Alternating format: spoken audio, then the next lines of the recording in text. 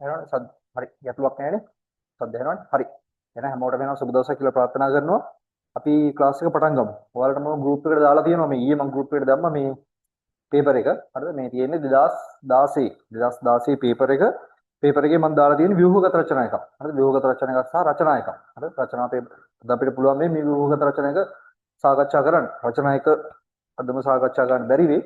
පුළුවන් තරම් try එකක් දෙමු. හරි. මේ එතකොට මෙහෙමයි. හරිද? පොඩ්ඩක් මම පේපර් එක සාකච්ඡා කරන්න කලින් ව්‍යුහගත රචනා එක ලියද්දී මේ කරන්න ඕනේ ඒවා ටිකක් කතා කරලා ඉන්නම්කෝ.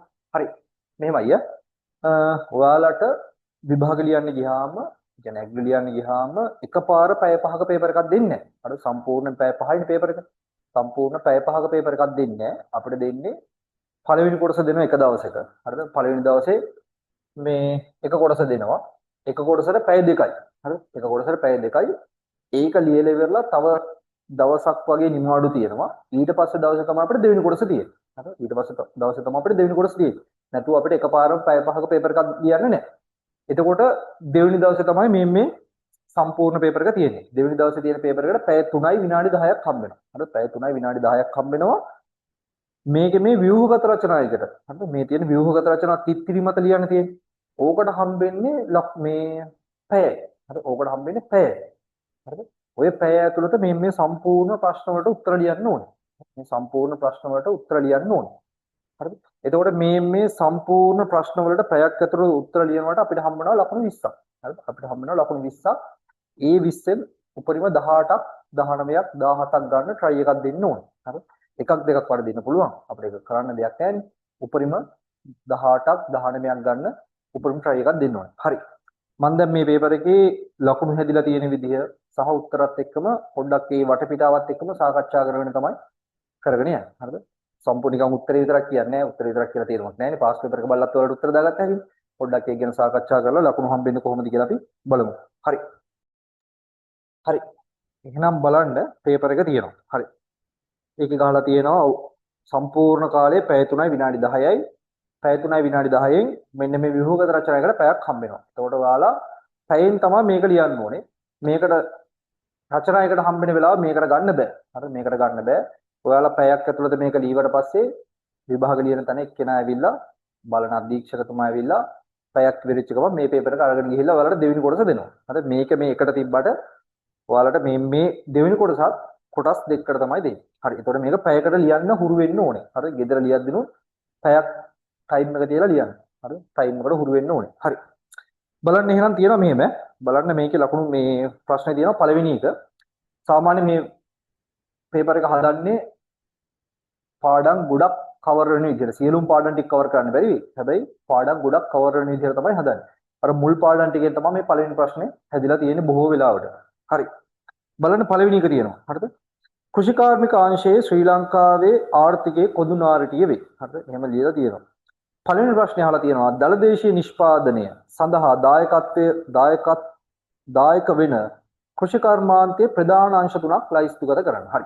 මේක අපි දැනගන්න ඕනේ පළවෙනියටම මේ දලදේශීය නිෂ්පාදනය එහෙම නැත්නම් GDP කියන්නේ මොකක්ද කියලා. හරි GDP එහෙම නැත්නම් දලදේශීය නිෂ්පාදනය කියලා කියන්නේ වසරක් තුල හරිද?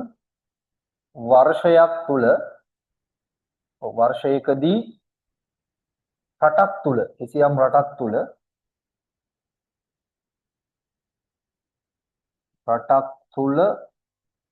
නිපදවන භාණ්ඩ හා සේවාවල මූල්‍යමය වටිනාකම. හරිද? වර්ෂයකදී රටක් තුල නිපදවන භාණ්ඩ හා සේවාවල මූල්‍යමය වටිනාකම. මූල්‍යමය වටිනාකමට ඒ කියන්නේ සල්ලි වලින් කොච්චරද වටිනාකමට කියනවා අපි මොකක් කියලාද GDP එහෙමත් නැත්නම් දලදේශීය නිෂ්පාදනයක් කියලා. සරලවම කියනවා නම් අවුරුද්දක් ඇතුළත රටේ නිපදවන භාණ්ඩ හරි රටේ හදපු දේවල් සහ සේවාවල සල්ලි වලින් වටිනාකම කීයද කියලා. හරි මෙන්න මේ දලදේශීය නිෂ්පාදනයේට දායකත්වයේ දක්වනවා ප්‍රධාන අංශ හතරක් නැත්නම් ප්‍රධාන ශේෂ්ත්‍ර හතරක්. හරිද? මෙන්න මේ දලදේශීය නිෂ්පාදනයේට දායකත්වයේ දක්වන ප්‍රධාන ශේෂ්ත්‍ර හතරක්. මේ පළවෙනි පාඩමේ තියෙන කොටස් ටික මේ. හරිද? ඒවා තමයි මොනවද? කර්මාන්ත අනිත් එක ඇවිල්ලා සේවා. කර්මාන්ත සේවා අනිත් එක තමයි මොකද්ද? කෘෂි කර්මය. හරිද? මේ ටික මතක තියෙන්න ඕනේ.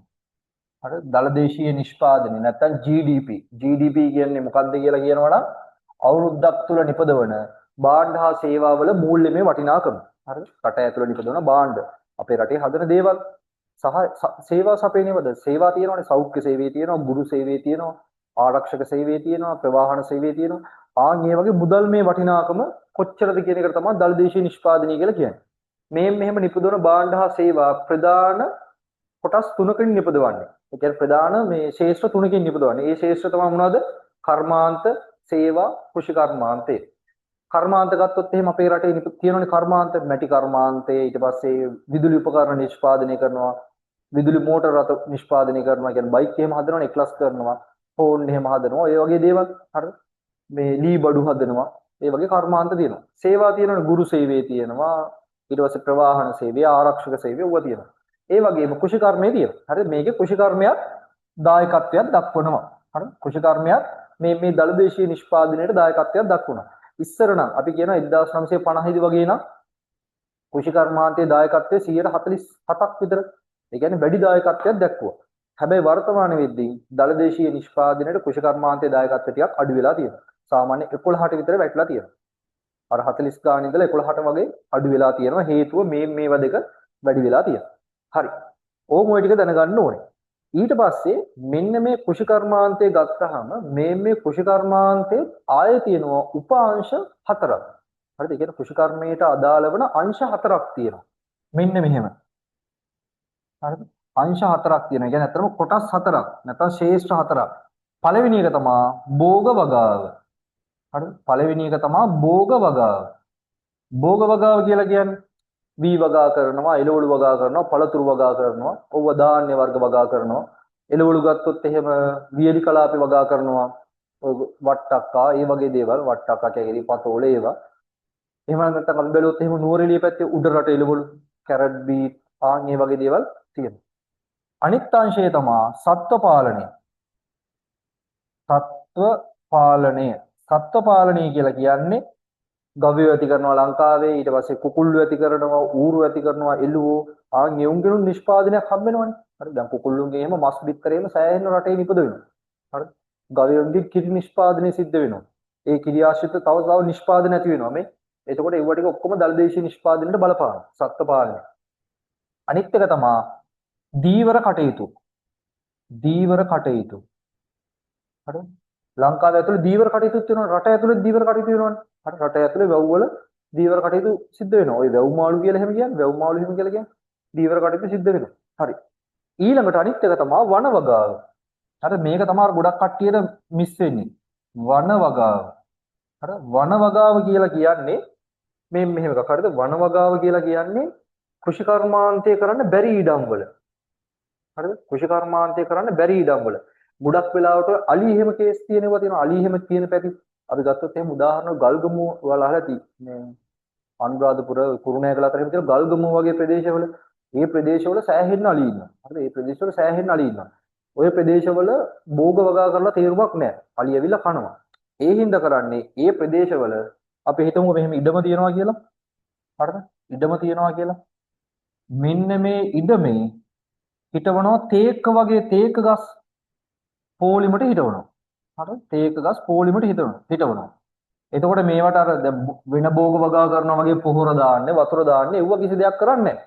තේක පැල ටිකක් හිටවලා අපි එනවා ඉන්න. හරි. ඕකේ එතකොට කැලෙත් වැහෙනවා, තේක ගස් ටිකක් හැදෙනවා. අවුරුදු 20කින් විතර ගිහිල්ලා මොකද කරන්නේ? මෙන්න මේ තේක ගස් ටික කපනවා. තේක ගස් ටික කපන මේක රජයෙන්ුත් කරනවා, පෞද්ගලික අංශෙනුත් කරනවා. රජයෙන් තමයි ගොඩක් කරන්නේ. හේතුව රජයට අවශ්‍යයිනේ ලී. අපිට ලී බඩු අනිවාර්යෙන් ඕනේ මිනිස්සුන්ට. හරිද? එතකොට මේ වගේ වනාන්තරයක් වගේ භෝග වගා කරලා ඒවත් ආපහු අපි කපා ගන්නවා. ඒවට කියනවා වන වගාව කියලා. ඕකට කියනවා වන වගාව කියලා. එහෙනම් කෘෂි කර්මාන්තයට ඇති ශේෂ්ත්‍ර හතරයි මොනවද? භෝග වගාව, සත්ව පාලනය, දීවර කටයුතු, අනිත් එක තමයි වන වගාව. හරි?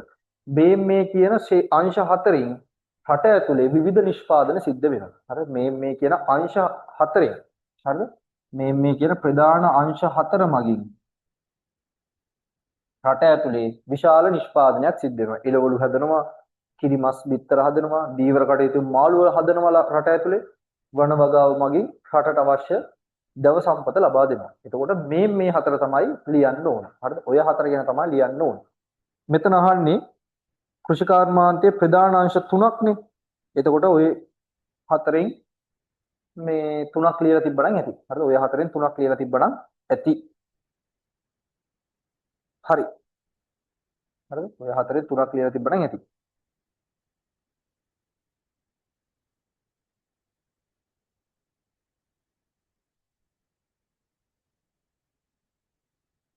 හරිනේ?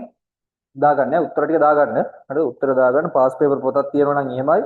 ඔයාලා print out එකක් තියෙනවා නම් ඒකේ ටක් ටක් දාලා දාගන්න. ඔය අංශ හතර තමයි දාන්න ඕනේ.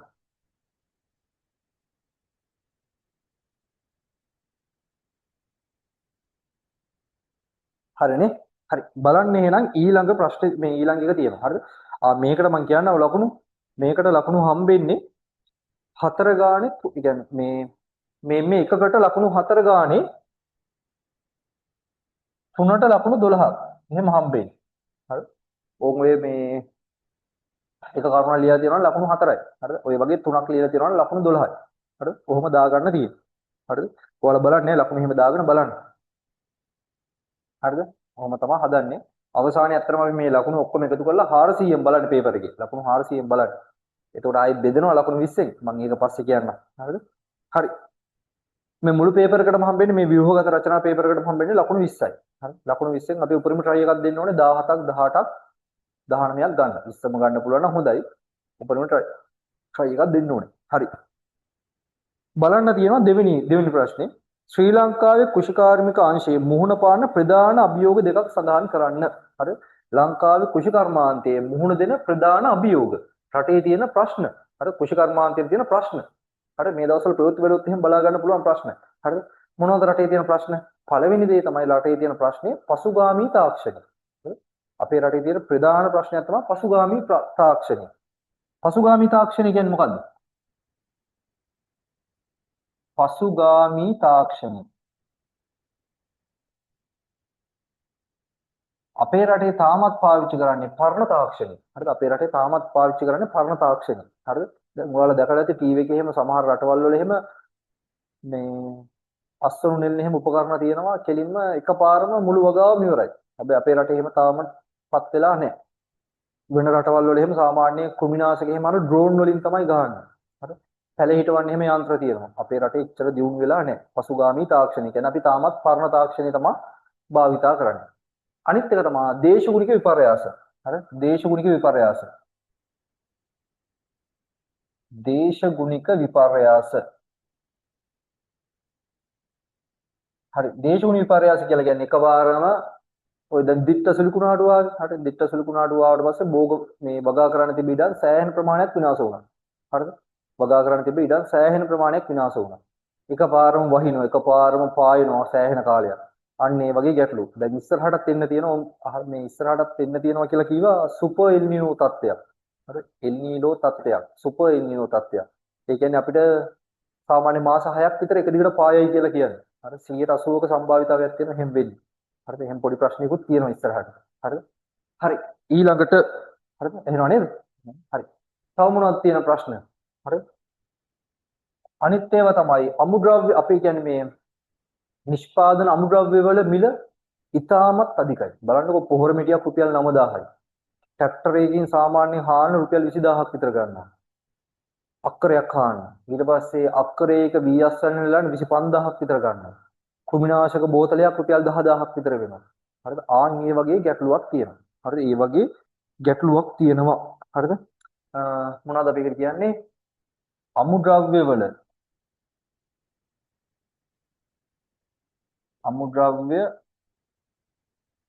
මිලෙන් අධික වීම.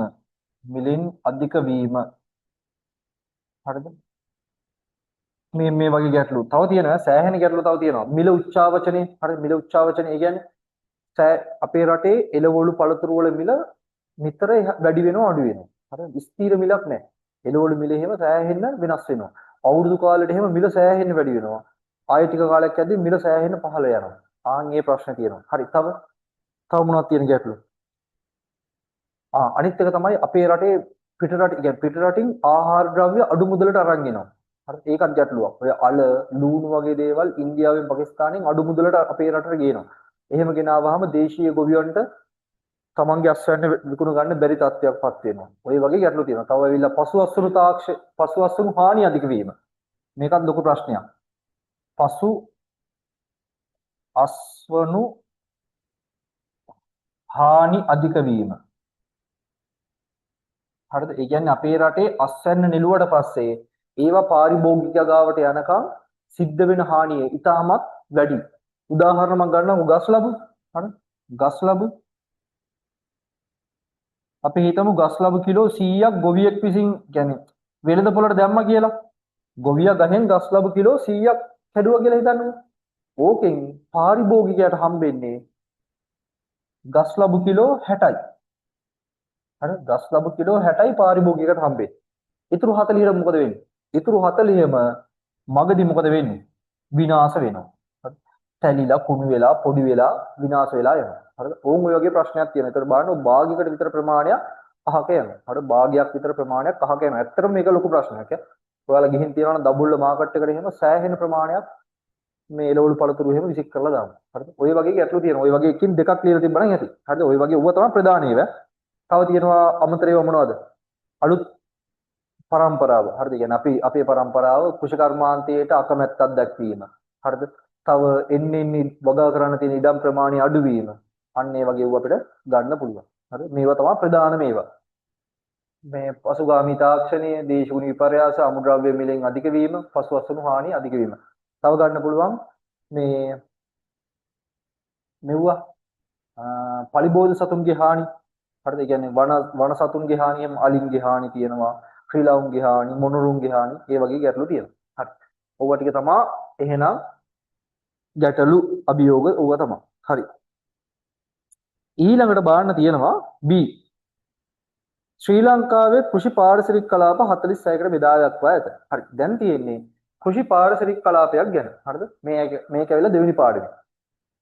පොහොර ඒකාධිකාරියක් කරලා ඒකත් ගන්න පුළුවන්. පොහොර ඒකාධිකාරියකුත් තියෙනවා.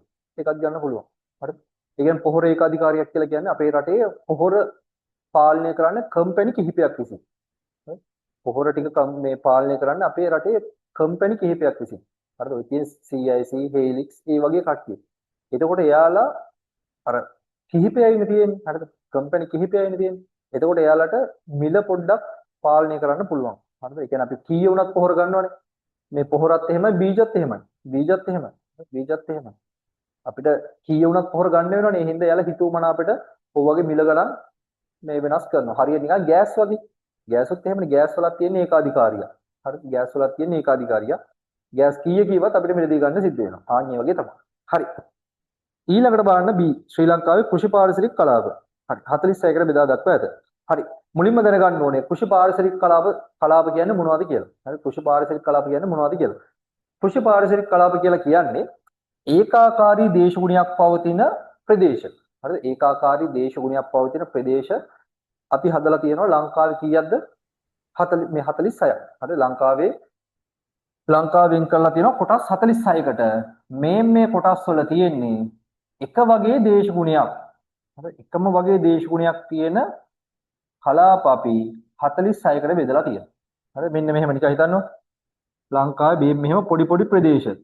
හරි. මේවා මේ වැටවල් ගහලා නෙමෙයි තියෙන්නේ. හරි. මේවා සිතියමක් තියෙනවා. මේක වෙනම සිතියමක් තියෙනවා. හරි. මම දැන් ඒව බලන්න වෙලා නැහැනේ. මේ මෙහෙම පොඩි කොටස් වලට ලංකාව බෙදලා තියෙනවා. එක හැඩයට.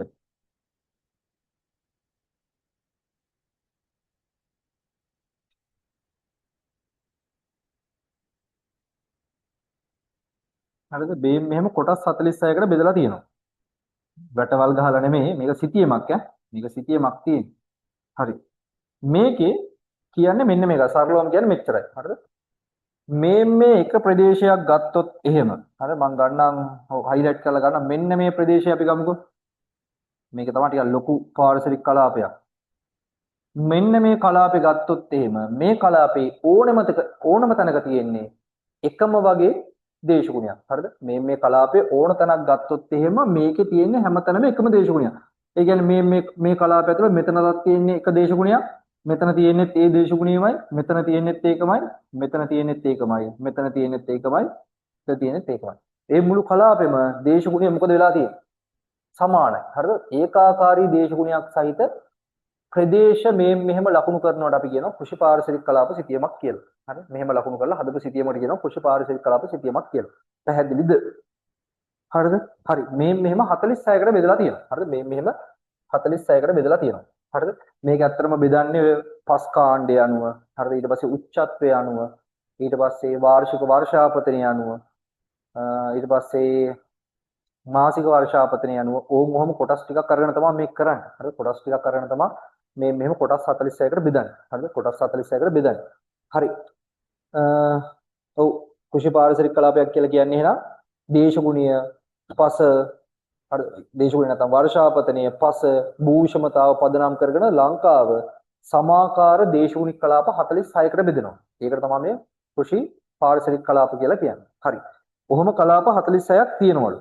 මෙහෙම කලාප 46කට වෙන් කරන එකේ ප්‍රයෝජන අපෙන් අහනවා. හරිද? මෙහෙම කොටස් 46කට බෙදෙන එකේ ප්‍රයෝජන අපෙන් අහනවා. මොනවද ප්‍රයෝජන? මෙහෙම කොටස් 46කට බෙදෙන එකේ ප්‍රයෝජන අපිට පුළුවන් ප්‍රධානම දේ මොකක්ද දන්නවද? මේ මම කියවේ මේ කොටස් එක කොටසක් ගත්තොත් ඒ කොටස ඇතුලේ තියෙන්නේ මොකද්ද? සමාන දේශගුණයක්. හරිද? මේ කොටස ගත්තොත් තියෙන්නේ සමාන දේශගුණයක්. හරිද? මේවා නම් කරලා කියන නෑ. යුවා මම මෙතන කතා කරන්නේ නැහැ. හරිද? sorry. DL එක ඔහොම තියෙනවා එක එක නම්. හරිද? WL එක ඔහොමම කොටස් තියෙනවා. හරිද? පළවෙනි වාසිය තමයි මෙහෙම සිතියමකින් තියෙන අපිට තියෙන පළවෙනි වාසිය අපිට පුළුවන් ඒකාකාරී දේශගුණයක් සහිත ප්‍රදේශ හඳුන ගන්න. හරිද? අපිට පුළුවන් පළවෙනි එක ඒකාකාරී දේශගුණයක් සහිත ප්‍රදේශ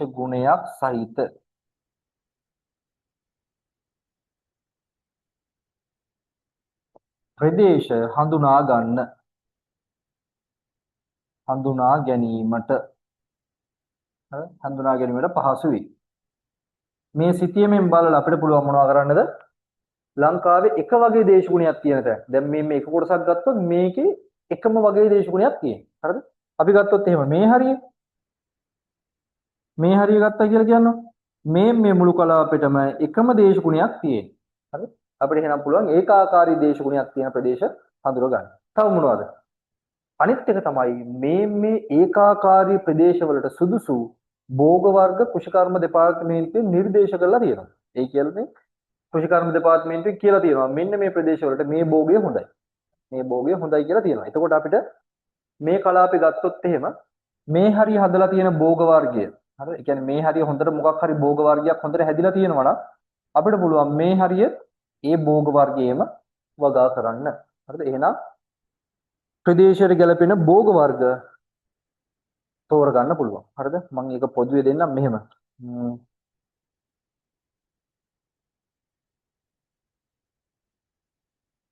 ඔව්. ප්‍රදේශයට ගැලපෙන භෝග වර්ග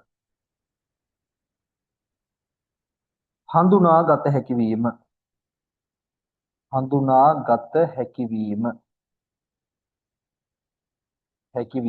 හරිද? ඔය වගේ වාසියක් තියෙනවා. හරි. තව වාසි තියෙනවා. තව අපිට පුළුවන් අපි හිතමුකෝ මෙහෙම අපි ලොකු ව්‍යාපාරයක් කියන්නේ ලොකු ව්‍යාපෘතියක් කරනවා කියලා ලොකු ප්‍රොජෙක්ට් එකක් කරන්න යනවා. හිතන්න අඹපැල 10000ක් විතර හිටවන්න යනවා කියලා. අඹපැල 10000ක් වගේ හිටවන ලොකු ප්‍රොජෙක්ට් එකක් කරන්න යනවා. එහෙම කරද්දී අපිට එකපාරම ගිහිල්ලා අඹපැල ටික නිකම්ම හිටවලා ඉන්න බෑනේ. ලොකු රිස්ක් එකක් තියෙනවා අඹපැල 10000ක් කියන ලොකු මුදලක් යට කරන්න. එතකොට අපිට පුළුවන් මෙන්න මේ සිතියම බලලා මේකෙන් අඹවලට සුදුසු මොකක්ද? අඹවලට සුදුසු ප්‍රදේශය මොකක්ද? ආන් එහෙම කියලා බලලා ඒ ප්‍රදේශය අඳුනගෙන ඒ තැන් වල හිටවන්න පුළුවන්. ඕකට කියන්නේ අර අලුත් ව්‍යාපෘති එහෙම කරද්දී නව සංවර්ධන ව්‍යාපෘති කරද්දී සුදුසු ප්‍රදේශයක් තෝරගෙන ඒව කරන්න පුළුවන්. එතකොට අපිට යන අර අවදානම එහෙම අඩුයි. හරි. ඒ වගේම තමයි අපිට පුළුවන් පාංශු කාදනය සිද්ධ වෙන ප්‍රදේශය හඳුනා ගන්න. ආන් මේ වගේ දේවල් ටිකක් අපිට මේ සිතියම බලලා කරන්න පුළුවන්. එහෙනම් ප්‍රයෝජන දෙකක් මොනවද? ඒකාකාරී දේශගුණයක් සහිත ප්‍රදේශ හඳුනා ගන්න පුළුවන්. ප්‍රදේශයට ගැලපෙන භෝග වර්ග හඳුනා ගන්න පුළුවන්. ඕක තමයි ප්‍රධානම විදිහට අපිට ගන්න පුළුවන්. හරි. ওই දෙක තමයි අපි ප්‍රධාන වශයෙන්ම ගන්න. හරි. පැහැදිලි නේ එහෙනම්? හරි. ඊළඟට යමු. හරි. ඊළඟට යමු. හරි. මේකෙම දැන් තියෙනවා ඊළඟ කොටස. මෙන්න මේ කෘෂි පාරිසරික කලාප. හරි. කෘෂි පාරිසරික කලාප 46ක් තියෙනවා කියවනේ. මේ කෘෂි පාරිසරික කලාප වර්ගීකරණයක් ගැන අපි කතා කරනවා. හරිද? ඒ කියන්නේ මේ කලාප හැදිලා තියෙන මෙන්න මෙහෙම. බලා ගන්න. මේ 46 හැදිලා තියෙන මෙන්න මෙහෙම. මම මුලින්ම දාන්නම් මෙහෙම.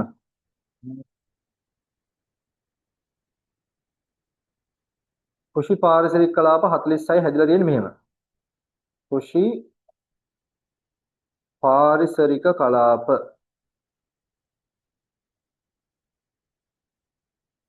හතලිස් අයයි. හරිද? 46ක් තියෙනවා කියවනේ. හරි. මේ 46 හැදිලා තියෙන මෙන්න මෙහෙම. මම මේකේ වගුවක් ගහන්නම්කෝ. මුලින්ම අපි ඔය මේ දෙවෙනි පාඩමේදී කතා කරනවා මෙහෙම. හරිද? දෙවෙනි පාඩමේ මෙහෙම කතා කරනවා. ලංකාවේ වර්ෂාපතනය අනුව වාර්ෂික වර්ෂාපතනය අනුව අපි බෙදනවා ලංකාව ප්‍රධාන කොටස් තුනකට. වාර්ෂික වර්ෂාපතනය අනුව අපි ලංකාව බෙදනවා ප්‍රධාන කොටස් තුනකට. ඒ තමයි තෙත් කලාපය. හරිද? ඊට පස්සේ අතරමැදි කලාපය. නැත්නම් අන්තර් කලාපය කියලාත් කියව හැකියි. ඊළඟ එක අනිත් එක තමයි වියලි කලාපය. හරිද? මේ තෙත් කලාපය කියන්නේ වාර්ෂික වර්ෂාපතනයේ මිලිලීටර් 2500ට වඩා වැඩි. අතරමැදි කලාපය කියලා කියන්නේ වාර්ෂික වර්ෂාපතනයේ මිලිලීටර් 2500ත් 1750ත් අතර. වියලි කලාපය කියන්නේ වියලි කියව ගම තේරෙනවනේ වහින්නේ නැහැ. හරිද? වාර්ෂික වර්ෂාපතනයේ මිලිලීටර් 1750ට වඩා අඩු. හරි. මේ ඇවිල්ලා මෙහෙම වර්ග කරේ. හරිද? මේ මෙහෙම වර්ග කරේ වාර්ෂික වර්ෂාපතනය අනුව. හරිද? මෙහෙම වර්ග කරේ වාර්ෂික වර්ෂාපතනය අනුව. මම මේක වෙන පාටකින් ලියන්නනේ.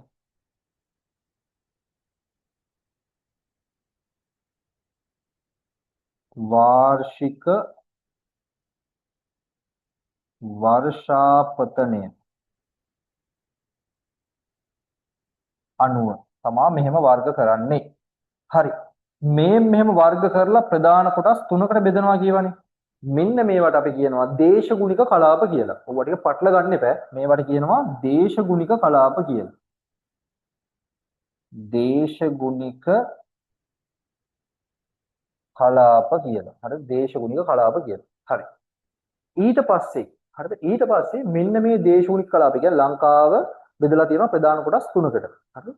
මේ දේශගුණික කලාප ආයෙත් අපි උච්චත්වයේ පදනම් කරගෙන උච්චත්වය කියලා කියන්නේ මුහුදු මට්ටමේ ඉඳලා උස පදනම් කරගෙන මෙන්න මෙහෙම කොටස් 7කට බෙදෙනවා.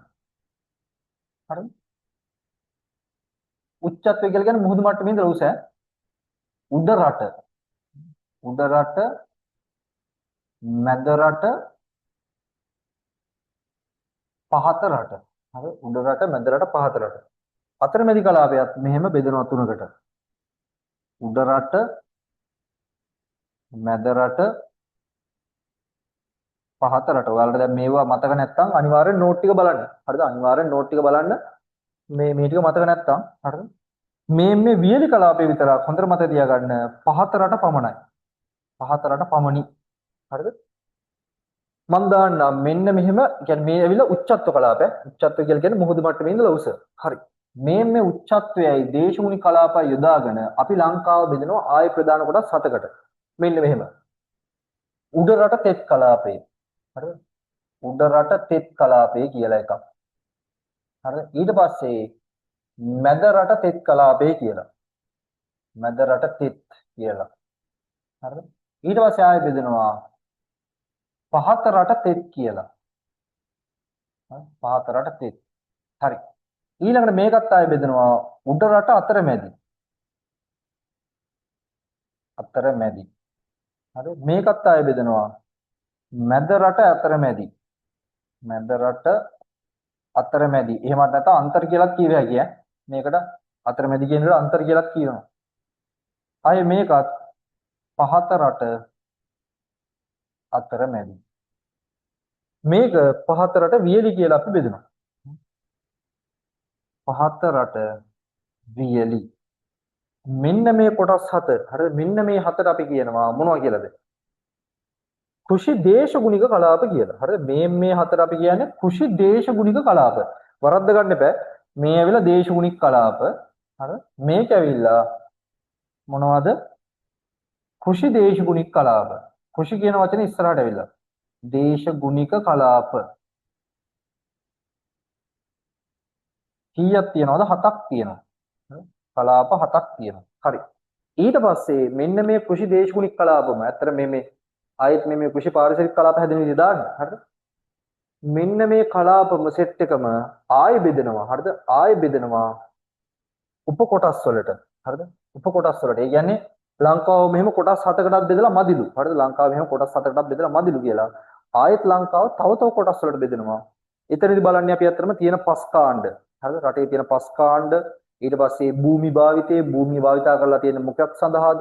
ඊට පස්සේ මාසික වාර්ෂික මාසික වර්ෂාපතනිය මාසිකට කොච්චරක් වහිනවද? සහ උච්චත්වයේ කියන සාධක බලලා මෙන්න මේ තෙත් කලාපය ආය කොටස් 15කට බෙදලා තියෙනවා. අන්තර් කලාපය එහෙමත් නැත්නම් අතරමැදි කලාපයේ කොටස් 20කට බෙදලා තියෙනවා. වියලි කලාපයේ කොටස් 11කට බෙදලා තියෙනවා. හරිද? කොහොම උප කොටස් වලට බෙදලා තියෙනවා. මෙන්න මේ කොටස් වල එකතුව තමයි මොනවද? 46. ඒකට තමයි මෙන්න මේ තියෙන්නේ කෘෂි පාරිසරික කලාප කියලා. හරිද? කෘෂි පාරිසරික කලාප. කෘෂි පාරිසරික කලාප. හරිද? බලන්න මේ වචන බලන්න පොඩි වෙනස් වීමක් තියෙනවා. මෙතන තියෙන දේශගුණික කලාප ඒවත් උණයි. මෙතන තියෙන කෘෂි කියන වචනේ ඇවිල්ලා කොටස් 7යි. මෙතන ඇවිල්ලා තියෙන්නේ කෘෂි පාරිසරික කලාප කොටස් 46යි. හරිද? ඕම් මොහොම ලංකාව ප්‍රධාන කොටස් 46කට බෙදලා තියෙනවා. පැහැදිලිද? හරිද? හරි. බලන්න තියෙනවා එහෙනම් පල්ලෙහා උත්තර ලියන්න තියෙනවා. පහත සඳහන් ප්‍රධාන දේශගුණික කලාප වලට අයත් වන කෘෂි පාරිසරික කලාප සංඛ්‍යාව සඳහන් කරන්න. මෙන්න තියෙනවා බලන්න. තෙත් කලාපයේ කීයද? තෙත් කලාපයේ කොටස් 15යි. හරිද? තෙත් කලාපයේ කොටස් 15යි. වියලි කලාපයේ කොටස් කීයද? 11යි. හරිද? අතරමැදි කලාප අන්තර් කලාපය එහෙම නැත්නම් අතරමැදි කලාපය තමයි වැඩියෙන්ම තියෙන්නේ 20යි. හරිද? වැඩියෙන්ම තියෙනවා 20යි. ඕක දාගන්න අවශ්‍යද? නැත්නම් ස්ක්‍රීන්ෂොට් එකක් ගහ ගන්නවද? මොකද කරන්නේ? ඕනද මේක?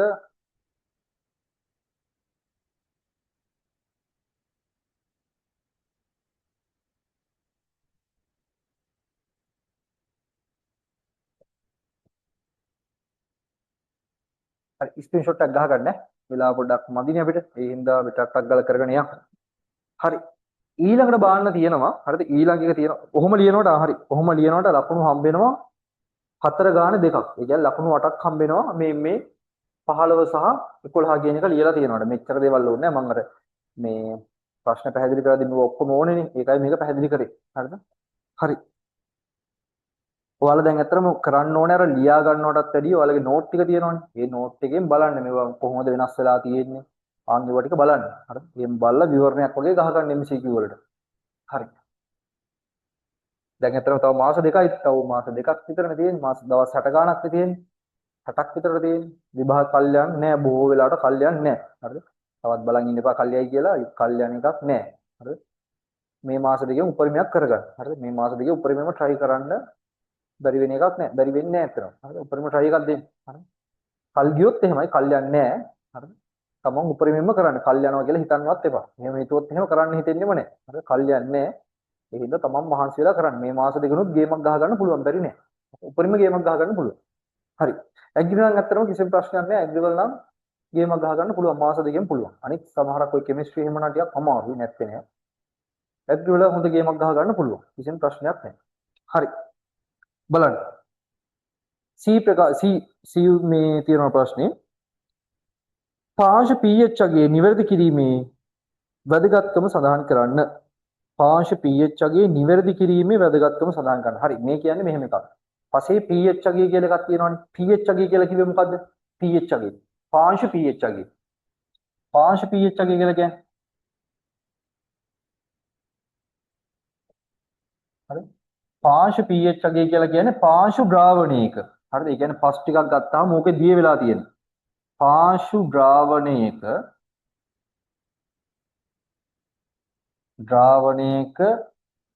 දිය වී ඇති. දිය විලා තියෙන අඩංගු වෙන හයිඩ්‍රජන් අයන සාන්ද්‍රණී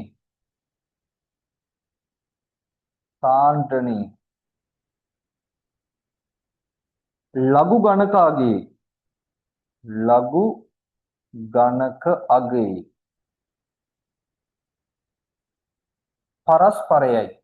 පරස්පරයයි. ඒ කියන්නේ ඍණ ලඝු ගණක අගය කියන එක. හරිද? පාංශු සරලවම කියනවා නම් පසේ දිය වෙලා තියෙන හයිඩ්‍රජන් අයන සාන්ද්‍රණී ඍණ ලඝු ගණක අගය. හරිද? ඍණ ලඝු ගණක අගයට තමයි මේ පාංශු pH අගය කියලා කියන්නේ. හරිද? පාංශු pH අගය කියලා කියන්නේ. පසේ පාංශු ද්‍රාවණය. හරිද? පසේ දිය වෙලා තියෙන හයිඩ්‍රජන් අයන සාන්ද්‍රණී. හරිද? හයිඩ්‍රජන් අයන ප්‍රමාණය ඍණ ලඝු ගණක අගය. හරිද? ඍණ ලඝු ගණක අගය. තමයි අපි මේ කියන්නේ පාංශු pH අගය කියලා. හරි. මෙන්න මේ pH අගය සාමාන්‍යයෙන් කියන්නේ මෙහෙම. හරිද? පසක් ගත්තොත් එහෙම පසක් ගන්නතෝ මම කියනවා සාමාන්‍යයෙන් pH පරාසය විහිදලා තියෙන විදිය. pH පරාසය තියෙන්නේ මෙහෙම. හරිද? 1 ඉඳලා 4ට තියෙනවා 7 ඉඳලා 14ට තියෙනවා. අපි කියනවා 1 ඉඳලා 4 නම් ආම්ලිකයි 7 ඉඳලා 14ට නම් බාෂ්මිකයි. හරිද? 7 කියලා කියන්නේ උදාසීනයි. 7 කියලා කියන්නේ උදාසීනයි. මේ තමයි pH පරාසය. pH විහිදලා තියෙන්නේ. හරි. මේකෙන් සාමාන්‍යයෙන් කියන්නේ පසේ pH අගය හොඳම මට්ටම කියලා කියන්නේ 6.5 7 මට්ටම. හරි. 6.5 7 කියලා කියන්නේ pH අගය ඉතාමත් හොඳ තත්ත්වයක්. මේක හැබැයි භෝගයෙන් භෝගයට වෙනස් වෙනවා. සමහර භෝග වලට පොඩ්ඩක් ආම්ලික වුණාට ප්‍රශ්නයක් නැහැ. සමහර ඒවාට බාෂ්ප වුණාට ප්‍රශ්නයක් නැහැ. හැබැයි අපි සමස්ත විදියට ගන්න pH අගය 6.5 7ත් අතර ඉතාමත් සුදුසුයි. හරි. මේ ප්‍රශ්نين කියන්නේ pH අගය සාමාන්‍යයෙන් ඔය 6.5 7ත් වගේ අතරට ගේනවා නම් ඔව් එහෙම ගේන එකේ වැදගත්කම් මොනවද? හරි. මෙහෙම කරාම මේක තමයි හිතකරම මෙහෙම ගෙනාපුවාම තියෙන අතරම වාසි මොනවද කියලා තමයි මේ අහන්නේ. හිතකරයි. හරි. වාසි. එහෙම වැදගත්කම්. ඇයි මෙහෙම ගෙනාවම මොනවද තියෙන ප්‍රතිලාභ? පළවෙනිම දේ තමයි මෙන්න මේක. හරිද? පළවෙනිම දේ තමයි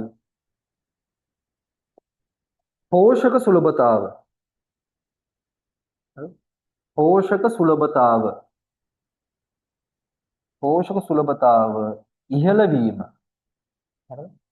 හරි. පෝෂක සුලභතාව කියන්නේ මෙන්න මෙහෙම. මේක ඇවිල්ලා ශාක පෝෂණයේ පාඩමේ. හරිද? එතකොට මේවා මතක් වෙන්න ඕනේ. හරිද? ශාක පෝෂණයේ ටියුට් එක එහෙම හොයාගන්න. හරි? ශාක පෝෂණයේ ටියුට් එක එහෙම හොයාගන්න. ඒකේ තියෙනවා ශාක පෝෂක සුලභතාව කියලා එකක්. හරිද? අන්න එතන පෙරලා ගන්න. එතකොට ඔයාලට නෝට් එක සම්පූර්ණයෙන් බලාගෙන උත්තර ලියන්න පුළුවන්. හරි. ශාක පෝෂක සුලභතාව කියලා කියන්නේ පසේ තියෙන පෝෂක පසේ අඩංගු වුණාට ඒවා සියල්ලම ගහට උරා ගන්න බෑ. හරිද? ගහට උරා ගන්න බෑ. උරා ගන්න පුළුවන් ප්‍රමාණයක් තියෙනවා. හරිද? ඕම් ඔය උරා ගන්න තියෙන ප්‍රමාණය තීරණය වෙන්නේ pH අගය අනුව. හරිද? pH අගය අනුව. සාමාන්‍යයෙන් 6.5 7ත් අතර කියලා කියන්නේ පසේ තියෙන සියලුම පෝෂක ගහට උරා ගන්න පුළුවන්. හරිද? ගහට උරා ගන්න පුළුවන්. pH අගය 6.5 7ත් අතර කියන්නේ පසේ තියෙන අත්‍යවශ්‍ය මූලද්‍රව්‍ය සියල්ලම ගහට උරා ගන්න පුළුවන්. පැහැදිලිද? එහෙනම් pH අගයේ නිවැරදි මට්ටමට આવොත් එහෙම පෝෂක සුලභතාව ඉහළ යනවා. ඒක ලියා ගන්න. පෝෂක සුලභතාව ඉහළයයි. පෝෂක සුලභතාව ඉහළ යනවා කියන්නේ පසේ තියෙන පෝෂක ටික ගස් වලට උරා ගන්න පුළුවන් මට්ටමටපත් වෙනවා. ඕකෙම තව තියෙන කොටස pH අගයේ අඩු වුණොත් එහෙම 4 5 වගේ වුණොත් එහෙම ફોස්ෆරස් එහෙම ගහට ගන්න බැරි වෙනවා. පසේ තියෙන ફોස්ෆරස් ගන්න බැරි වෙනවා. pH අගයේ 9ට වඩා වැඩි වුණත් පසේ තියෙන ફોස්ෆරස් ගන්න බෑ. ඕම් ඔය වගේ ගැටලු තියෙනවා. හරිද? ඔය වගේ ගැටලු තියෙනවා. දැන් අපි මෙතන දීර්ඝව සාකච්ඡා කරන්න යන්නේ. අපි සාකච්ඡා කරන්නේ පොඩ්ඩක් pH අගයේ එහා මෙහා වෙද්දී මොනවද සිද්ධ වෙන්නේ කියලා. හරි. එහෙනම් පළවෙනි එක තමයි පෝෂක සුලභතාව ඉහළ යනවා. හරිද? පෝෂක සුලභතාව ඉහළ යනවා. මෙහෙම හොඳ මට්ටමකට ගෙනාවොත් එහෙම හිතකර මට්ටමකට ගෙනාවොත් එහෙම පසේ තියෙන පෝෂක ටික ගහට උරා ගන්න පුළුවන්. තව මොනවද? අනිත් එක තමයි පාංශු ජීවීන්ගේ ක්‍රියා. මේ මට්ටමේ තියෙනවා නම් හරිද මේ 6.5ත් 7ත් අතර මට්ටමේ තියෙනවා නම් පාංශු ජීවීන්ගේ ක්‍රියා කියන්නේ පාංශු ජීවී ක්‍රියාකාරීත්වය ඉහළ යනවා. හරිද? පසේ ඉන්න ගැඩවිලෝ ශුද්ධ ජීවි උන්ගේ ක්‍රියාකාරීත්වය ඉහළ යනවා. ජීවීන්ගේ ක්‍රියාකාරීත්වය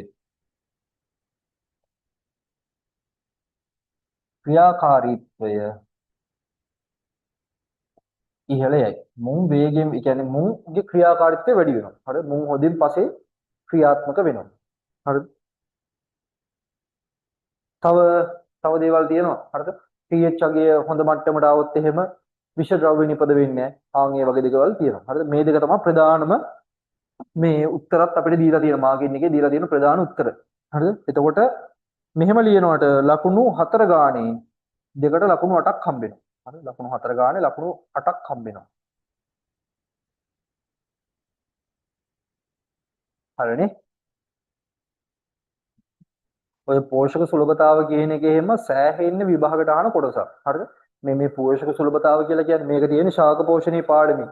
ඒව හැම හොඳට බලන්න. ඒව හැම විභාගයට සෑහෙන අහන කරුණු. පෝෂක සුලභතාව කියන්නේ හැම ටිකක් අමාරුයි. හැබැයි අනිවාර්යෙන් අහනවා. හරි. ඊළඟ එක බලන්න තියෙනවා පස තුල නයිට්‍රී හරණ ක්‍රියාවලිය සිදු කරනු ලබන බැක්ටීරියා දෙකක් නම් කරන්න. හරි. මේක ඇත්තටම මේ නයිට්‍රජන් චක්‍රයේ කොටසක්. නයිට්‍රජන් චක්‍රයේ නයිට්‍රජන් හරණය කියන ක්‍රියාවලිය ගැන විතරයි මෙතන කතා කරන්නේ. හරි. නයිට්‍රී හරණය කියලා කියන්නේ මෙන්න මේකයි. හරිද? නයිට්‍රී හරණය කියලා කියන්නේ සාමාන්‍යයෙන් මේ නයිට්‍රී හරණයේ ක්‍රියාවලිය සිද්ධ වෙන්නේ වගා භූමිය ජලයෙන් යට වෙලා තිබ්බොත් එහෙම. හරිද? ඒ කියන්නේ ජල වහනේ දුර්වල අවස්ථාවල තමයි මේක සිද්ධ වෙන්නේ.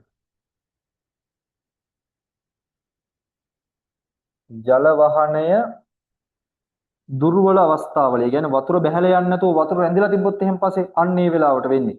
ජල වහනය දුර්වල අවස්ථාවල සිදුවේ.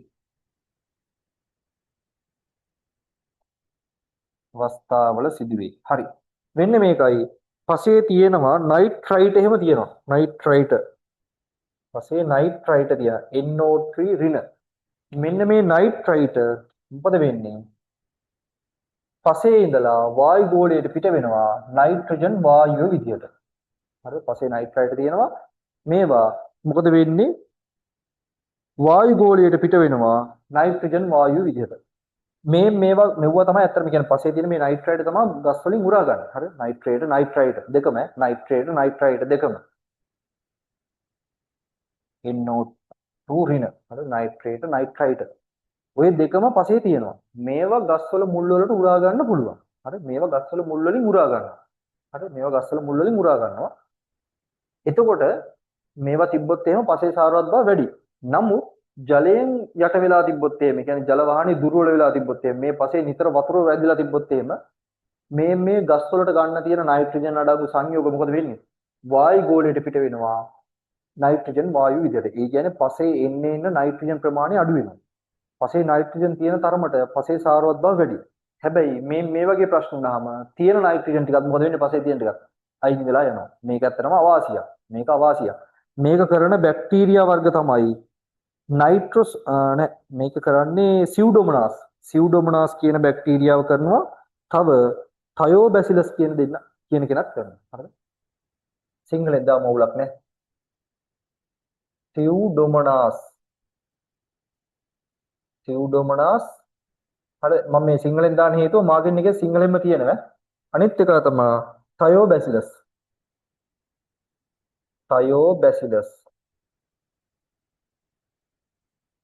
මේක දාගන්න වැදගත්. හරිද? පස්සේ නයිට්‍රජන් අඩංගු සංයුග තියෙනවා. නයිට්‍රයිට් තියෙනවා. මේවා ගස්වල මුල් වලින් මුරා ගන්නවා. ගස්වලින් මුල් වලින් මුරා ගන්න සෑහෙන වැදගත්. මෙන්න මේ NO3 ඍණ ගස්වල මුල් වලට උරා ගන්න පුළුවන්. නමුත් ජල වහනේ දුර්වල අවස්ථාවල, ඒ කියන්නේ පස වතුරෙන් යට වෙලා තියෙන වෙලාවට මෙන්න මුන් දෙන්න සියුඩොමොනාස් ථයෝබැසිලස් මොකද කරන්නේ?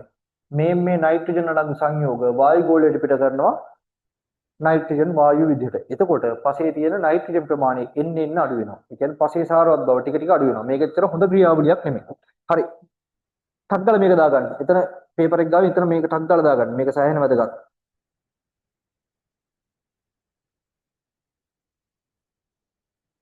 හරිනේ. හරි ඊළඟට හරිද? ඔහොම ලියනකොටත් ලකුණු 8ක් හම්බ වෙනවා. හරිද? ඔහොම ලියනකොටත් ලකුණු 8ක් හම්බ වෙනවා. හරි. ඊළඟ කොටස බලන්න එහා පැත්තේ තියෙනවා අක්‍රමවත් ජල කළමනාකරණ කටයුතු මගින් පාංශු හායනයට සිදුවන බලපෑම් දෙකක් විස්තර කරන්නලු. හරි. මේ අක්‍රමවත් ජල කළමනාකරණය කියලා කියන්නේ අවශ්‍ය ප්‍රමාණයට වඩා වගා භූමිය වලට ජලය සපයනවා. හරි. අවශ්‍ය ප්‍රමාණ වලටත් වඩා ජලය වගා භූමිය වලට සපයනවා. එහෙම වුණාම පාංශු හායනයට කියන්නේ පසේ සාරවත් බව නැති වෙන්න බලපාන විදිහ දෙකක් ලියන්නලු. පළවෙනි එක තමයි. හරිද? පළවෙනි එක තමයි මෙහෙම අධිකව වතුර සැපෙව්වොත් එහෙම. හරිද? වගා භූමිය වලට අධිකව වතුර සැපෙව්වොත් වෙන්නේ මෙන්න මේකයි. හරිද? මම මේ අදින්නේ ඒ කියන්නේ වගා භූමියක තියෙන චූටි පස් අංශ තියෙනවනේ. අන්නේ පස් අංශ තමයි විශාල කරලා අඳින්නේ. හරිද? වගා භූමියක තියෙන පස් අංශ විශාල කරලා අඳින්නේ. ඔය තියෙන වැලි කැට, මැටි, පොන් මඩ, කාබනික ද්‍රව්‍ය ඒවා මම මේ විශාල කරලා අඳින්නේ. හරිද? හිතන්න පරිණීක්ෂයකින් ලක්ෂ ගුණයක් විතර විශාල කරලා කියලා. ආන් එහෙම තමයි මම මේ අදින්නේ. හරිද? පස්සේ තියෙන වැලි කැට, රොන් මඩ, මැටි ඒවා. හරිද? මම මේ අදින්නේ. හරි. අක්‍රමවත් ජල කළමනාකරණය. ඒ කියන්නේ අවශ්‍ය ප්‍රමාණයටත් වඩා වැඩිපුර ජලය දාපුවාම වෙන්නේ මෙන්න මේකයි. මම මේ ඉස්සලා නම් කරලා ඉන්න මේ තියෙන පාංශු ඝන ද්‍රව්‍ය. ඒ කියන්නේ වැලි කැට ඒවා. හරිද? ඊට පස්සේ මේ හිස්තැන් වලට මොනවා කියලාද කියන්නේ? මේ හිස්තැන් වලට කියන්නේ පාංශු අවකාශ කියලා. පාංශු අවකාශ. මේ පාංශු අවකාශ වල පාංශු ජලයක් තියෙනවා. ඒ වගේම පාංශු වාතයක් තියෙනවා. හරි? ජලයක් තියෙනවා වාතයක් තියෙනවා. හරි.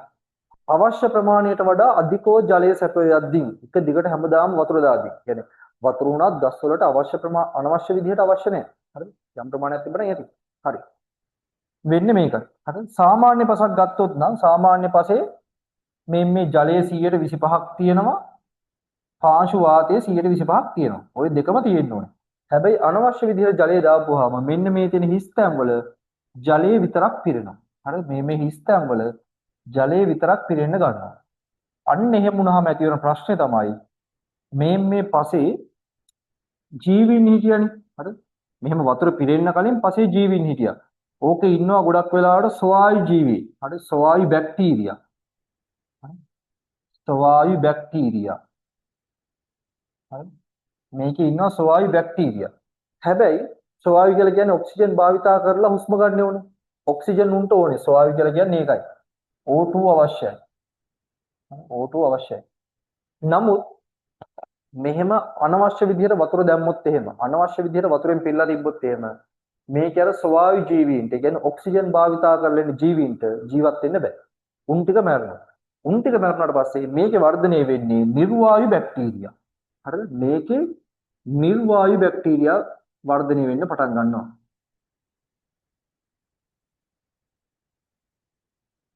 නිර්වායු බැක්ටීරියා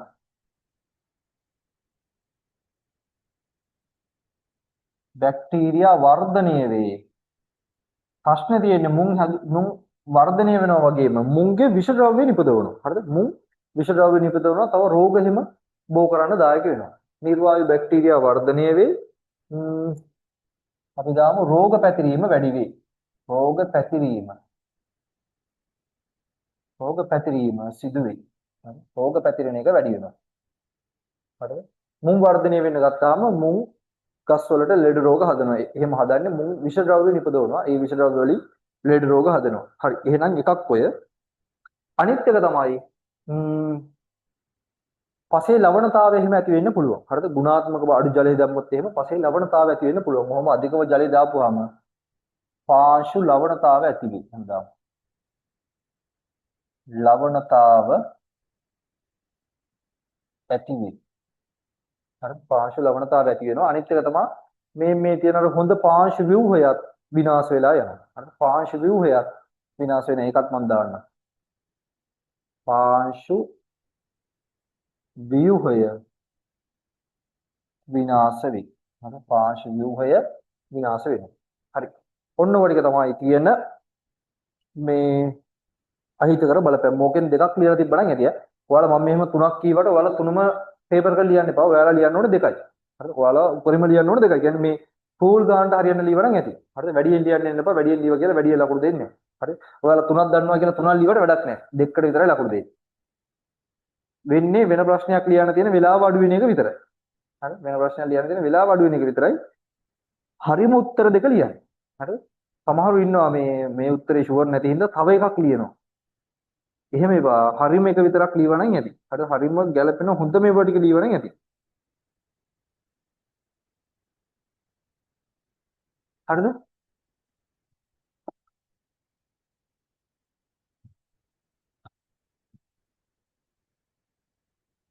ඊළඟට හරි ඊළඟට බලන්න තියෙනවා ඊළඟ ප්‍රශ්නේ නා පාංශු ගුණාත්මක භාවය කෙරෙහි බලපාන පාංශු සාධක තුනක්. පස්සේ සාරවත් භාවය පිළිබඳව බලපාන සාධක මොනවාද?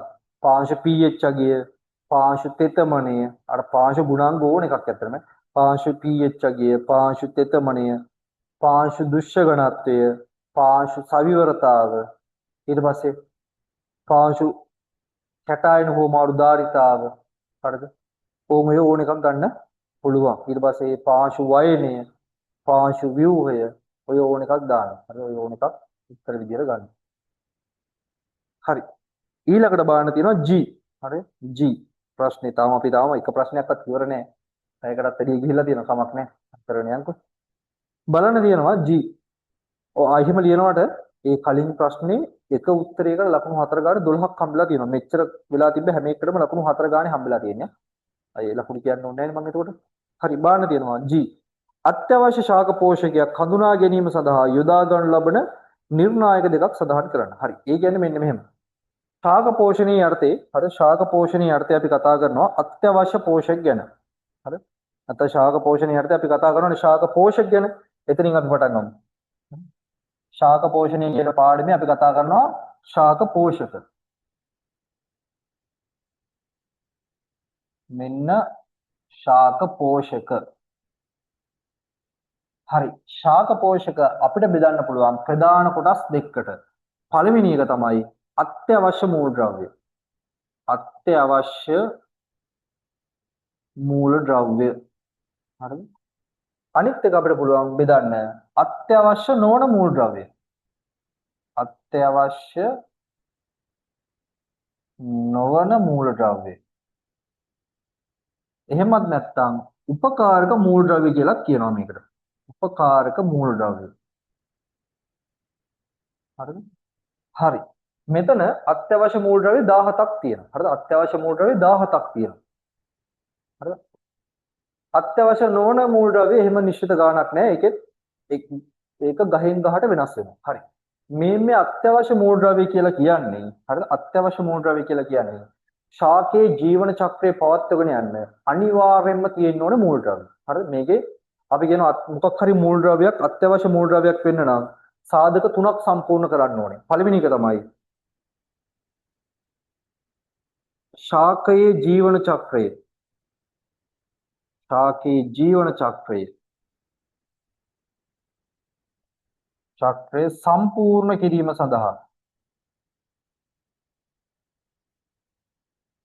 සම්පූර්ණ කිරීම සඳහා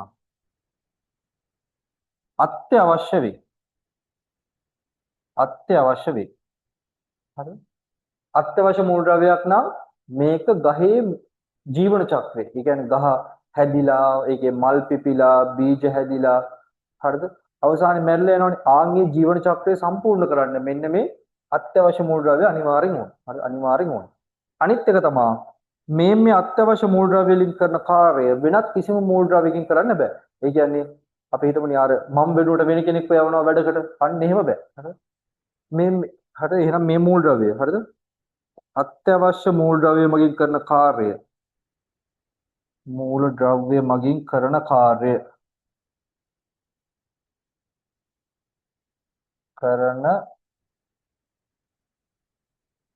කාර්යයන් වෙනත් මූලද්‍රව්‍යයකින් සිදු කළ නොහැක. වෙනත් මූලද්‍රව්‍යයකින් සිදු කළ නොහැක. හරි වෙනත් මූලද්‍රව්‍යයකට මේකට ආදේශකයක් වෙන්න බෑ. හරිද? ඒ කියන්නේ මේ මූලද්‍රව්‍ය 17න් කරන කාර්යය වෙනත් ඒ වගේන් කරන්න බෑ. අනිත් එක තමයි හරිද? අනිත් එක තමයි ශාකයේ පරිවෘත්තීය ක්‍රියාවලට ශාකයේ පරිවෘත්තීය ක්‍රියාවලිය වලට ශාකයේ පරිවෘත්තීය ඒ කියන්නේ ප්‍රභා සංශ්ලේෂණය ශ්වසනය ඔය වගේ ක්‍රියාවලි වලට ක්‍රියා සඳහා සෘජුවම දායක වේ. සෘජුවම දායක වෙන්න ඕනේ. හරිද? දායක වේ. මෙන්න මේ නිර්ණායක යටතේ තමයි මෙන්න මේ මූලද්‍රව්‍ය 17 සම්පූර්ණ කරලා තියෙන්නේ. හරිද? කලින් සිලබස් එකේ නම් ඔයාලා ටීචර්ස් ගයිඩ් එක බලනවා නම් ටීචර්ස් නෙමෙයි රෙෆරන්ස් බුක් එක බලනවා නම් ඕකේ තිබ්බ ඉස්සර මූලද්‍රව්‍ය 16යි. හැබැයි දැන් 17ක් තියෙනවා. හරිද? මේ 17ම මේ දේවල් වලට යටත් වෙලා තියෙනවා. හරිද? ඒ කියන්නේ මේ මූලද්‍රව්‍ය 17 මේ තුනටම අයිති. එහෙනම් ශාකයකට මේ මූලද්‍රව්‍ය 17 අනිවාර්යෙන් ඕනේ. එහා පැත්තේ එකක් බලමු අත්‍යවශ්‍ය නොවන කියන්නේ මොනවද? මේ මූලද්‍රව්‍ය අත්‍යවශ්‍ය නොවන මූලද්‍රව්‍ය කියන්නේ හරියට නිකන් මෙහෙම. අපි හිතමු මෙහෙම. අත්‍යවශ්‍ය පෝෂක කියලා කියන්නේ මෙහෙම. නිකන් අපි මිනිස්සුන්ට ගමුකෝ. අපිට අත්‍යවශ්‍ය දේවල් මොනවද? අපි ජීවත් වෙද්දී අපිට අත්‍යවශ්‍ය දේවල් අපිට අනිවාර්යෙන් තියෙනෝනේ කෑම තියෙන්න ඕනේ. වතුර තියෙන්න ඕනේ. ඔක්සිජන් තියෙන්න ඕනේ. හරි හුස්ම ගන්න ඔක්සිජන් තියෙනවා. තව ඇඳුම් එහෙම තියෙන්න ඕනේ. ඒවා තමයි අපේ අත්‍යවශ්‍ය දේවල්. අපි හිතමු අත්‍යවශ්‍ය නොවන කියන්නේ අපිට ෆෝන් එකක්. ෆෝන් එක නම් දැන් ගන්න ෆෝන් එක අපි ගමුකෝ. ෆෝන් එක කියන එකත් අපිට අත්‍යවශ්‍ය නැහැ නේ. නැති වුණා කියලා එහෙම ප්‍රශ්නයක් නැහැ. මැරෙන්නේ එහෙම නැහැ. හරි. හැබැයි දැන් පන්ති එහෙම එන්නත් බෑ. හරිද? ඒ වුණාට දැන් අත්‍යවශ්‍යලා තියෙන. ඒ වුණාට ඒක අත්‍යවශ්‍ය නැහැ නේ ෆෝන් එකක්. හරිද? අපි හිතමු මොකක් හරි කාර් එකක් තිබ්බොත් හොඳයි. හරි තිබ්බොත් හොඳයි. නැත්තම් ඉතින් ප්‍රශ්නයක් නැහැ. මේ වගේ ඒවා තමයි මේ අත්‍යවශ්‍ය නුවණ මූලද්‍රව්‍ය කියලා කියන්නේ. භෝගම ගාවට තිබ්බොත් ඇත්තටම හොඳයි. භෝගයේ වර්ධනය සඳහා කියනවා නම් ඉතාමත් වැදගත්. නමුත් අත්‍යවශ්‍ය නැහැ. උදාහරණ තමයි මොනවද? මේකට උදාහරණ සෝඩියම්, වැනේඩියම්, සිලිකන්, හරිද? ඇල්මිනියම් අන්න ඒ වගේ මූලද්‍රව්‍ය. හරි? ඒ වගේ මූලද්‍රව්‍ය උපකාරක මූලද්‍රව්‍ය විදිහට අපි හඳුන්වනවා. හරි.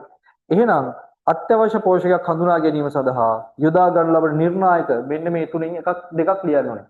ශාකයේ ජීවන චක්‍රය සම්පූර්ණ කිරීමට අත්‍යවශ්‍ය වෙන්න ඕනේ. අත්‍යවශ්‍ය නෙමෙයි. මෙතන මෙහෙම දාමු ඈ. සඳහා අනිවාර්යෙන් අවශ්‍ය වෙයි. එහෙම දාමු.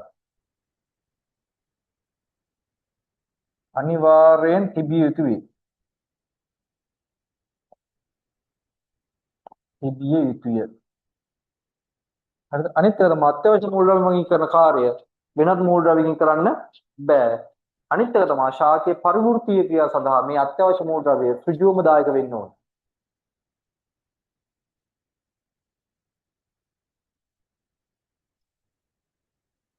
හරි. ඕම් ඔය කරුණු තුනෙන් දෙකක් දීලා තියෙනවා නේද? හරිද? ඔයාලා තුනම ලියන්න ඕනේ නැහැ. හරිද? තුනම ලියවා කියලා ලකුණු හම්බෙන්නේ නැහැ. ඔයාලගේ වෙලාව යන එක විතරයි වෙන්නේ.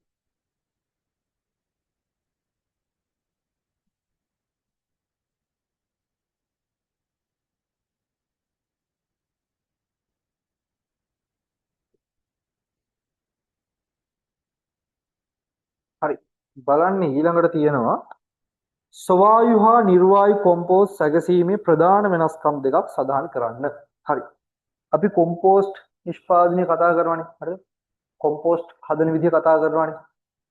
කොම්පෝස්ට් කියලා කියන්නේ මිනිසාගේ මැදිහත් වීමකින් යුක්තව කාබනික ද්‍රව්‍ය පාලනය කළ තත්ත්වයේ අර්ථයේ සරල ද්‍රව්‍ය බවට පත් කිරීමේ ක්‍රියාවලිය. හරි. මේ කොම්පෝස්ට් හදන කතාවේදී අපි ගොඩක් භාවිතා කරන ප්‍රධාන ක්‍රමය තමයි මේ ගොඩ ක්‍රමය කියන එක. හරිද? ගොඩ ක්‍රමය කියන එක. ගොඩ ක්‍රමයේදී මොකද කරන්නේ? ශාකමය කොටස් අපි තට්ටු අසුරනවා කියලා කිව්වේ. එක තට්ටුව අසුරනවා. හරිද? මෙහෙම තට්ටු දාලා තියෙනවා. හරිද? ඕවා මැද්දට ආරම්භක ද්‍රව්‍ය දානවා. හරිද? අපි කියවනේ පර්ණ කොම්පෝස්ට් දානවා. ඊට පස්සේ මේකට දානවා ග්ලිසීඩියා අතු දානවා. ඊට පස්සේ ජපන් ජපර දානවා. කෙහෙල් ගහක කොටස් කපලා දානවා. ඊට පස්සේ අපිට ගොම පොහොර දාන්න පුළුවන්. හරිද? පිදුරු දානවා. ඔහොම ගොඩ දේවල් දානවා මේකට. හරිද? ඔහොම එක එක ඒවා දානවා කියවනේ. හරි. ඔක්කොම ටික දාලා අපි මොකද කරනවා කියලා කිව්වේ මතකද? අවසානයේ මේක වහනවා කියලා කිව්වා කළු පාට පොලිතීන් එකකින්. හරිද? කළු පාට පොලිතීන් එකකින් වහනවා කියලා කිව්වා. කළු නෙමෙයි මම මෙතන අරන් තියෙන්නේ නිල්ල. කළු පාට පොලිතීන් එකකින් වහනවා කියලා කිව්වා. හැබැයි මේක වහන එක සම්පූර්ණයෙන් වහන්නේ නැහැ. සම්පූර්ණයෙන් මේ කළු පොලිතීන් එක වහන්නේ නැහැ. හරිද? මේ මෙහෙම භාගයට තමයි වහන්නේ. ඒකට හේතුවක් තියෙනවා. හරිද? ඒකට හේතුවක් තියෙනවා. මෙහෙම සම්පූර්ණයෙන්ම මේ කොම්පෝස්ට් ගොඩ වැහුවොත් එහෙම ඕක ඇතුලේ ඔක්සිජන් නැති වෙනවා. ඔක්සිජන් නැති වුණොත් එහෙම අර වර්ධනය වෙන්නේ මං කිව්වේ නිර්වායු බැක්ටීරියා. හරිද? එහෙම වුණොත් එහෙම නිර්වායු ශ්වසනයක් තමයි සිද්ධ වෙන්නේ. හරිද? හැබැයි මේ මෙහෙම පොලිතීන් එක භාගයට වහලා තියෙන එකෙන් වාතයට පුළුවන් මේ සිදුරු හරහා ඇතුළට යන්න. හරි වාතයට පුළුවන් මේ කොටස හරහා ඇතුළට යන්න. එතකොට මේක ඇතුළට හොඳට ඔක්සිජන් හම්බ වෙනවා. හරිද? හොඳට ඔක්සිජන් හම්බ වෙනවා. ඒ කියන්නේ මේක ඇවිල්ලා මොකද්ද? ස්වවායු කොම්පෝස්ට් නිෂ්පාදනය. හරිද? මේක ඇවිල්ලා ස්වවායු කොම්පෝස්ට් නිෂ්පාදනය. ස්වවායු කියලා කියන්නේ ඔක්සිජන් භාවිතා කරලා. හරිද? මම ওই දෙකේ වෙනස්කම් මෙහෙම පෙන්නන්නම් මෙන්න මෙහෙම. ස්වවායු අනිත් එක තමයි නිර්වායු. මේ ස්වවායු එක තමයි අපි කරන්නේ. නිර්වායු එකනම් කරන්නේ නැහැ. හරි නිර්වායු එකක් කරන්නේ නැහැ. හරි නිර්වායු කරනවා කියන්නේ ඇත්තටම විෂද්‍රව්‍ය නිපදවනවා කියන එක. හරි ස්වවායු කොම්පෝස්ට් නිෂ්පාදනය තමයි කරන්නේ. හරි මේ මෙහෙම ඉටිකාවරේ මෙහෙම හොඳට මේ කියන්නේ උඩ කොටස විතරක් වහලා මේ මෙහෙම පැත්තෙන් මෙහෙම ඇරලා තිබ්බහම වාතයට මොනවා වෙන්න පුළුවන්ද ඇවිල්ලා හොඳට මේකේ තැම්පත් වෙන්න පුළුවන්. ඒතකොට මේක ඇතුලේ ඔක්සිජන් එහෙම හොඳට තියෙනවා. ඔක්සිජන් වායුව හොඳට තියෙනවා. එතකොට මේකේ ඔක්සිජන් භාවිතා කරලා ජීවත් වෙන ශුද්ධ ජීවීන් තමයි වර්ධනය වෙන්නේ. ඕකට අපි කියනවා ස්වවායු. කියන්නේ ඒ ජීවීන් ස්වවායු ජීවී, ස්වවායු බැක්ටීරියා. එතකොට මේ හැදෙන කොම්පෝස්ට් වලට කියනවා ස්වවායු කොම්පෝස්ට් කියලා අපි. හරි. මේ මෙහෙම ස්වවායු විදිහට කොම්පෝස්ට් හැදුනහම තියෙන වාසිය තමයි මේක ඇතුලේ ගඳ ගහන්නේ නැහැ. හරි දුර්ගන්ධයක් නැහැ. දුර්ගන්ධයක් නැහැ. පළවෙනි එක තමයි ඒක. දුර්ගන්ධයක් නොමැති වීම. දුර්ගන්ධයක් නොමැති වීම.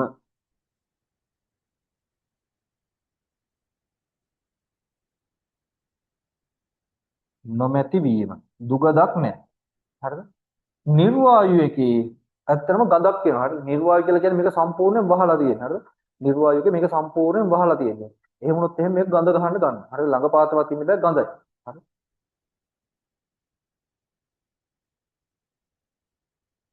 දුර්ගන්ධය හැමයි. දුර්ගන්ධය ඇති වෙයි. හරි ගඳ ගහන්න පටන් ගන්නවා. ඒක එක මේ වෙනස්කම. මෙතන දැන් වෙනස්කම් යහන්නේ. ස්වවායු හා නිර්වායු කොම්පෝස්ට් එකසීමේ ප්‍රධාන වෙනස්කම්නේ.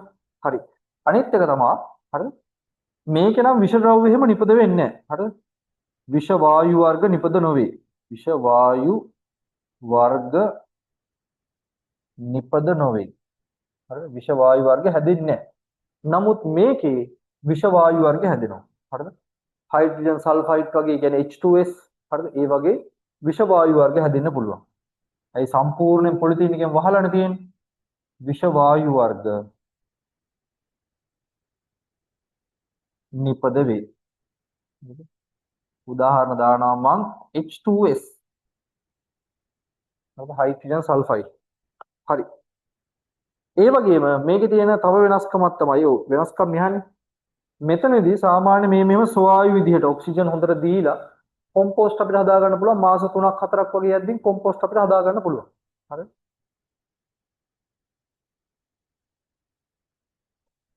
කොම්පෝස්ට් නිෂ්පාදනය. කොම්පෝස්ට් නිෂ්පාදනය කාර්යක්ෂමයි. කියන්නේ ඉක්මනින් සිදු වෙනවා. කාර්යක්ෂම වේ. කාර්යක්ෂම වේ. හරිද? හැබැයි මේවා කාර්යක්ෂම නැහැ. මෙහෙම සම්පූර්ණයෙන් වහලා කොම්පෝස්ට් හදන්න ගියොත් එහෙම මාස ගාණක් යනවා හදාගන්න. හරිද? මම දාන නිෂ්පාදනය දුර්වල වේ. දුර්වලයි. වේගයෙන් නිර්මාණය වෙන්නේ නැහැ. හරිද? ඔන්න ඔය ටික තමයි තියෙන වෙනස්කම් ටික. ඔය ටික ටක් ගාලා දාගන්නකො. ඔය ටික ටක් ගාලා දාගන්න. හරිද? ඔය ටික ටක් ගාලා දාගන්න. මම හිතන්නේ මේක ගොඩක් කට්ටියගේ වැරදි ඇති.